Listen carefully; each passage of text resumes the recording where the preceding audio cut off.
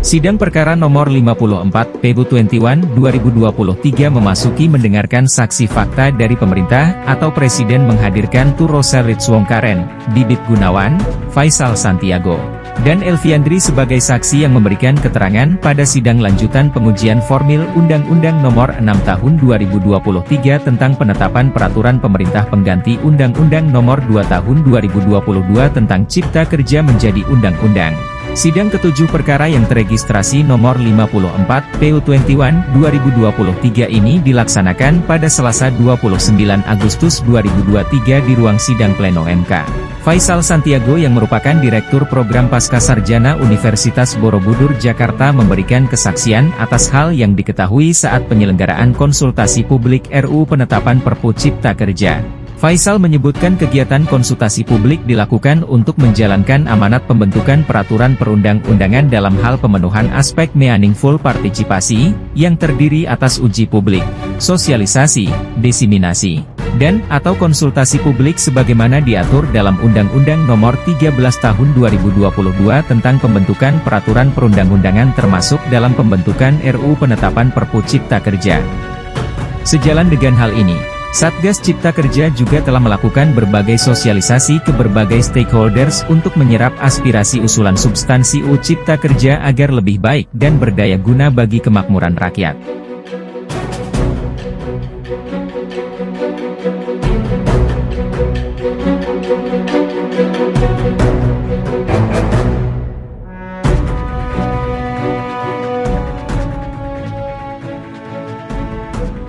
Sementara Elviandri sebagai akademisi Universitas Muhammadiyah Kalimantan Timur yang menjadi moderator sesi 1 pada konsultasi publik rancangan undang-undang tentang penetapan peraturan pemerintah pengganti Undang-Undang Nomor 2 Tahun 2022 tentang Cipta Kerja menjadi undang-undang di Hotel Mercure, Samarinda, pada 6 Februari 2023.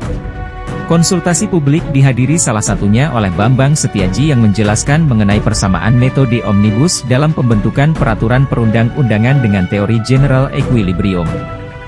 Menurutnya, teori tersebut mempertimbangkan semua pasar dalam suatu perekonomian secara bersamaan untuk menilai keseimbangan umum. Metode omnibus tersebut diharapkan dapat mengurai dan memberikan solusi terhadap hambatan-hambatan di sisi regulasi secara komprehensif. Singkatnya, Elviandri mendapati terjadi diskusi antara para narasumber dengan peserta yang hadir, baik secara fisik maupun secara daring. Sementara Tu Rosellit Wongkaren selaku anggota Dewan Pengupahan Provinsi DKI Jakarta memberikan kesaksian terkait UU Cipta Kerja.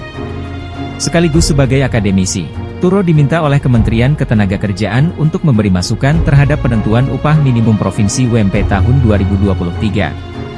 Beberapa rapat dilakukan dengan mengundang pihak kementerian, lembaga yang terkait dan beberapa akademisi lainnya.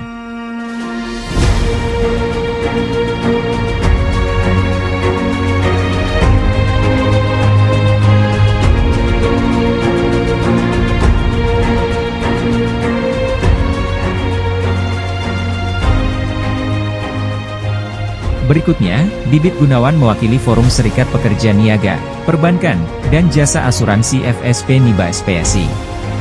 Menceritakan jalannya audiensi yang dilakukan pihaknya terhadap kepastian hukum atas berlakunya Perpu Cipta Kerja. Pada intinya sebagai bagian dari masyarakat kami telah memberikan masukan dan mendengarkan penjelasan dari pemerintah sebagaimana audiensi pada 15 Februari 2023 yang diterima Menko Polhukam, sebut Bibit yang menyampaikan keterangan secara daring.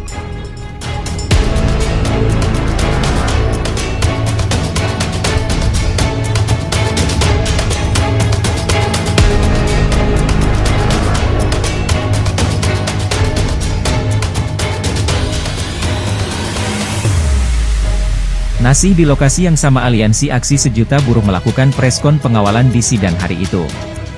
Selasa 29 Agustus 2023, di halaman Mahkamah Konstitusi. Aliansi Aksi Sejuta Buruh yang terdiri dari gabungan sekitar 40 federasi dan konfederasi, menyoroti tentang saksi fakta dari pemerintah dan juga aktivis buruh dari FSP NIBA SPSI. Tapi menurut para presidium aliansi buruh tersebut dengan tegas bahwa Bibit Gunawan bukan dari bagian SPSI mereka. Kami SPSI yang dipimpin Muhammad Jumur Hidayat, sedang bibit Gunawan SPSI Yoris. Tapi nggak tahu ada anggotanya atau tidak, karena SPSI setelah kongres itu terpilih secara aklamasi, Bung Jumur Hidayat. Ujar keterangan mereka di preskon. Para presidium bergantian memberikan penjelasan ke peserta pengawalan sidang siang itu sampai sekitar jam 3 sore. Lalu mereka membubarkan diri dari halaman MK. Ini mampu mencerdaskan kehidupan bangsa, yang menjadi amanah konstitusi yang hari ini diberikan pembelajarannya oleh Aliansi Aksi Juta Buruh kepada seluruh Indonesia tentunya. Dan tentu saja kepada kawan-kawan tadi, sahabat-sahabat kita yang mengatasnamakan Serikat Pekerja Serikat Buruh yang bersaksi untuk pemerintah, kita doakan semoga mereka segera bertobat kembali ke jalan yang benar. Karena setahu saya Yoris itu udah bukan ketua umum KSPSI, sudah dikalahkan di Munas oleh Bung Jumur Hidayat. Begitu tidak? Betul tidak? Betul tidak SPSI? Iya, Jumur Hidayat terpilih secara aklamasi dalam Munas KSPSI, sehingga hari ini Kongres KSPSI, sehingga hari ini menurut kita kawan-kawan aliansi ini yang sah mengatasnamakan Konfederasi Serikat Pekerja seluruh Indonesia dengan ketua umumnya adalah Bapak Muhammad Jumur Hidayat. Semoga beliau senantiasa mendapatkan rahmat dari Allah Subhanahu wa Ta'ala. Karena beliau hari ini menunjukkan militansinya bersama kita, turun ke jalan berjuang bersama Aliansi Aksi Juta Buruh. Jadi kawan-kawan semua, dan sekali lagi dalam kesempatan ini kita ingatkan kepada Majelis Hakim, jangan atas dasar kebencianmu kepada suatu kaum kau berbuat tidak adil.